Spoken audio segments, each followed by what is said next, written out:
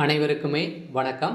சற்று முன் கிடைத்திருக்கக்கூடிய ஒரு மிக மிக முக்கியமான செய்தி ஒன்று வெளியாகியுள்ளது.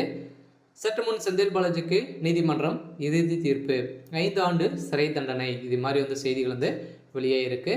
ஸோ ஏற்கனவே பார்த்தீங்கன்னா செந்தில் பாலாஜி அவர்கள் ஸோ நிபந்தனை அடிப்படையில் தான் ஜாமீன் வந்திருக்கா இல்லையா. ஸோ இந்த ஜாமீனை எதிர்த்து உச்சநீதிமன்றத்தில் அமலாக்கத்துறை பார்த்தீங்கன்னா இந்த ஜாமீனை ரத்து செய்யணும் அப்படின்ற மாதிரி வழக்கு தொடர்ந்திருக்கிற நிலையில் பார்த்தீங்கன்னா இப்போ அதிரடியாக உச்சநீதிமன்றம் இவருக்கு இந்த ஜாமீனை ரத்து செய்து 5 ஆண்டு சிறை தண்டனை வழங்கணும் அப்படின்ற மாதிரி உத்தரவு போட போகிறதாக ஒரு பரபரப்பான செய்தி வெளியாகி வருகின்ற நிலையில் தான் இப்போ செந்தில் பாலாஜியுடைய ஒட்டுமொத்த கதையும் குடிக்கக்கூடிய அளவுக்கு தான் இப்போ சம்பவம் மேலே சம்பவம் நடந்துட்டு இருக்குது.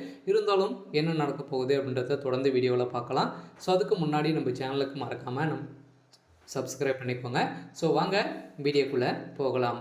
ஏற்கனவே செந்தில் பாலாஜி அவர்கள் பார்த்தீங்கன்னா நிபந்தனை அடிப்படையில் தான் ஜாமீன் வந்தார் இல்லையா. ஏற்கனவே சட்டத்துக்கு விரோதமான பண பரிமாற்ற வழக்கில் தான் சிக்கியிருந்தார். இதை தொடர்ந்து பார்த்தீங்கன்னா செந்தில் பாலாஜிக்கு 1.5 வருட காலமாக ஜாமீனே கொடுக்காம நீதிமன்றம் ஒத்தி வச்சுருந்தாங்க. இந்த அடிப்படையில் தான் இப்போ பார்த்தீங்கன்னா செந்தில் பாலாஜிக்கு ஒரு புதிய சிக்கலாக தான் வந்திருக்கு இல்லையா. அவருடைய பதவி அனைத்தையுமே ஒட்டுமொத்தமாக அழியக்கூடிய நிலைமை இப்போ அவருக்கு வந்திருக்கு. எதனால் அப்படின்னா பார்த்தீங்கன்னா இப்போ பார்த்தீங்கன்னா ஏற்கனவே நிபந்தனை அடிப்படையில் ஜாமீன் வெளியே வந்திருக்காரு. இதை தொடர்ந்து பார்த்தீங்கன்னா வெளியில் வந்த ஒரே நாளிலே அமைச்சராக பொறுப்பேற்றது ஏன் அப்படின்ற மாதிரி தான் பார்த்தீங்கன்னா செந்தில் பாலாஜிக்கு கோரிக்கை வைத்திருக்கும் நிலையில் இதுக்கு எந்த பதிலும் சொல்லாத செந்தில் பாலாஜியுடைய தரப்புக்கு பார்த்தீங்கன்னா இப்போ நீதிமன்றம் அதிரடியாக உத்தரவிட்டு வழக்கு விசாரணை ஒத்திவைத்திருக்கு.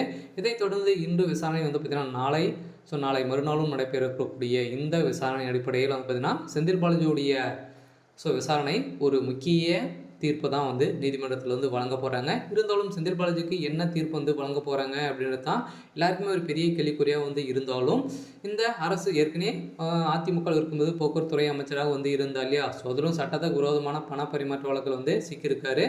அவர் பார்த்தீங்கன்னா விளைவிங்க தருவாத நிறைய பண மோசடிகள் செஞ்சுருக்காரு அப்படின்ற மாதிரி தான் ஏற்கனவே திமுக அமைச்சராக இருந்தவர் முதல்வர் ஸ்டாலின் அவர்கள் இப்போ முதல்வராக இருக்கா இல்லையா. அவர் தான் பார்த்தீங்கன்னா ஏற்கனவே இவர் மீது வழக்கு பதிவு செஞ்சுருந்தாங்க. இந்த வழக்கின் அடிப்படையில் செந்தில் பாலாஜியுடைய வழக்கில் இப்போ திமுக ஒதுங்கி தான் நிற்கிறாங்க. இப்போ திமுக தலையிட்டாங்க அப்படின்னு பார்த்தீங்கன்னா வருகின்ற சட்டமன்ற தேர்தலில் திமுக போட்டியிடுமா அப்படின்றது தான் ஒரு கேள்விக்குறியாக ஆகிடும். எதனால் பார்த்தீங்கன்னா இதில் தலையிட்டாங்க அப்படின்னா திமுகவுக்கு அப்போ சம்மந்தம் இருக்குது அப்படின்ற மாதிரி தான் எல்லாருக்குமே தெரிய வரும் நிலையில் தான் இப்போ திமுக பார்த்தீங்கன்னா ஒதுங்கி பார்க்கக்கூடிய நிலைமை தான் திமுகவுக்கு இருக்குது. இருந்தாலும் அண்ணாமலை அவர்கள் இப்போ அதிரடியாக களத்தில் இறங்கி திமுகவை ஒட்டுமொத்தமாக ஒழிக்கக்கூடிய மன்னராட்சியை ஒழிக்கணும் அப்படின்ற மாதிரி ஏற்கனவே ஆதவ அர்ஜுன் அவர் பேசியிருந்தார்.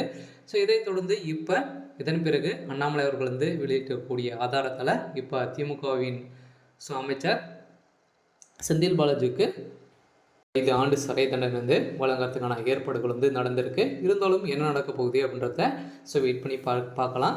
இன்றைக்கான அப்டேட் பார்த்தீங்கன்னா இதுதான். மறக்காமல் நம்மளுடைய சேனலை சப்ஸ்கிரைப் பண்ணிக்கோங்க. தேங்க்யூ.